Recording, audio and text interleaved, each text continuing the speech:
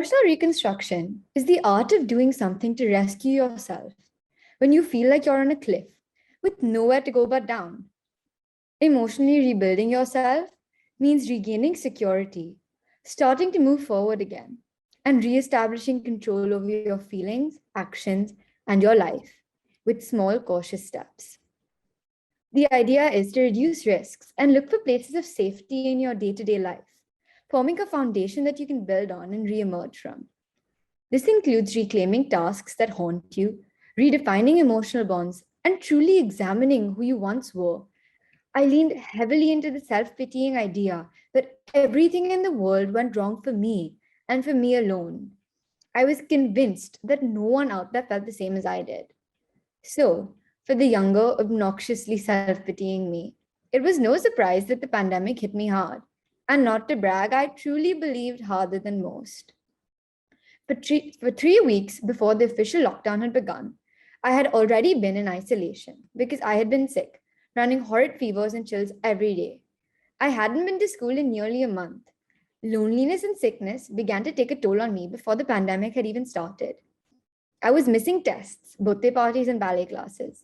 Little did I know that this would soon be my normal.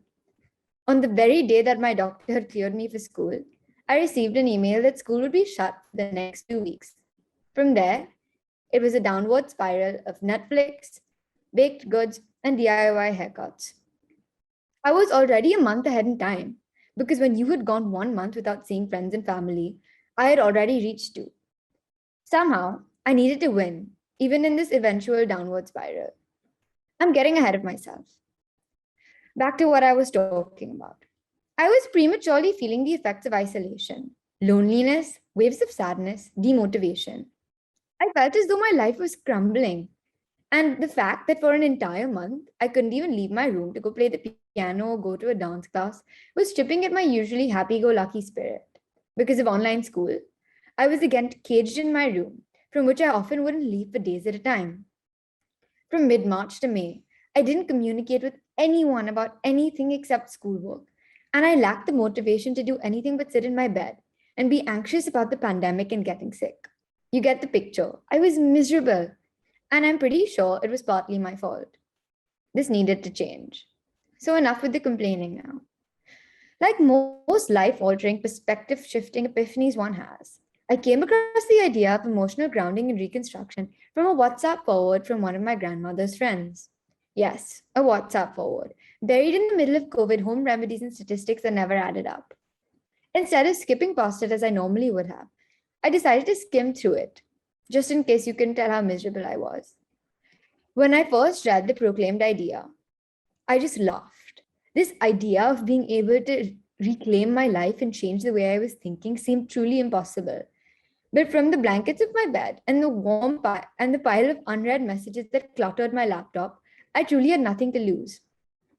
After a little research, I created a series of steps that I had interpreted from the information I gathered.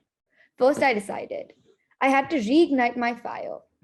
I had to reclaim what I was passionate about. And for me, it was dance. From the age of 5, dance has been a constant in my life, and the dance studio is like my second home. At the time, the array of online classes wasn't readily available, and I had been out of touch with my teachers and dance itself. The first step was the hardest. Reaching out to my dance teachers was so hard. I was demotivated and needed the urge to dance again. And most of my teachers' responses were negative, as no one truly had the facilities to start online classes. Learning dance was such a physical process, and correcting mistakes is incredibly hard to do over the screen, they said. However, a singular positive response I received changed the rest of lockdown for me. A teacher of mine who had just returned from Israel had sent me an invite to attend a series of workshops.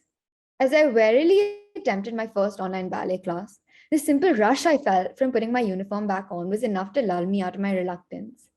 Surprisingly, I enjoyed myself. For the first time in weeks, I felt the nerves and butterflies in my stomach that you feel when you're corrected for standing incorrectly or for not pointing your feet hard enough. The anxiety before dancing a solo, now of course replaced by being spotlighted on Zoom. The petty happiness when someone else makes a mistake other than you. These emotions that I took for granted were such a gift after months of feeling nothing but anxiety and loneliness. What I and a lot of others had failed to understand was that my weekly dance lessons, or whatever weekly practice you had, through the years, had provided me with a community that I could never find anywhere else. Although online classes may not allow for the usual gossip or chit chat, I was finally discussing something other than calculus and chemistry. I truly cherished these dance classes. And as more and more studios started online workshops and single classes, I managed to fill up my week with hours of dance nearly every day. It helped me reconstruct what was taken away from me for the first time since I was 3 years old. It helped me realize that I was unequivocally in love with dance. And I was so extremely grateful to have something so intangible yet sturdy to lean on. The next step was reclaiming something that I had started to dread, but had loved for years before, playing the piano. I dreaded piano lessons after a horrible experience with the teacher. The discomfort I felt was to the extent that I wasn't able to listen to live piano music without feeling extreme anxiety, which was hard considering piano was a constant in my house. But as a dancer, how could I let go of the music my entire ballet foundation was based on? After a few weeks of ballet classes, I decided to approach the piano with a new mindset. I was doing this for myself and nobody else. And as I sat down on the piano, I felt so much discomfort. But as I continued to play, the distress I once would have felt shed off. It felt thrilling and inspiring. And although it was just me in the living room, I felt as though I was ready to play in front of thousands of people. I slowly brought up the idea of taking online piano lessons again, and naturally, my parents were thrilled. I reconnected with an old teacher of mine and started lessons from the very next week. Piano lessons melded with other lessons, which inspired me to restart Spanish lessons, which created a wave of my extracurriculars returning. As I packed my days with activities, leaving myself no time to sit and feel, I felt the emptiness that had collected inside me slowly fill up, and my lethargy dissipated. However, I wasn't fully understanding the emotional issue that I was dealing with, that of isolation. No matter how many classes I did and how many new skills I learned, the busy schedule did not provide me with what had caused my down feelings in the first place. The lack of physical and social contact.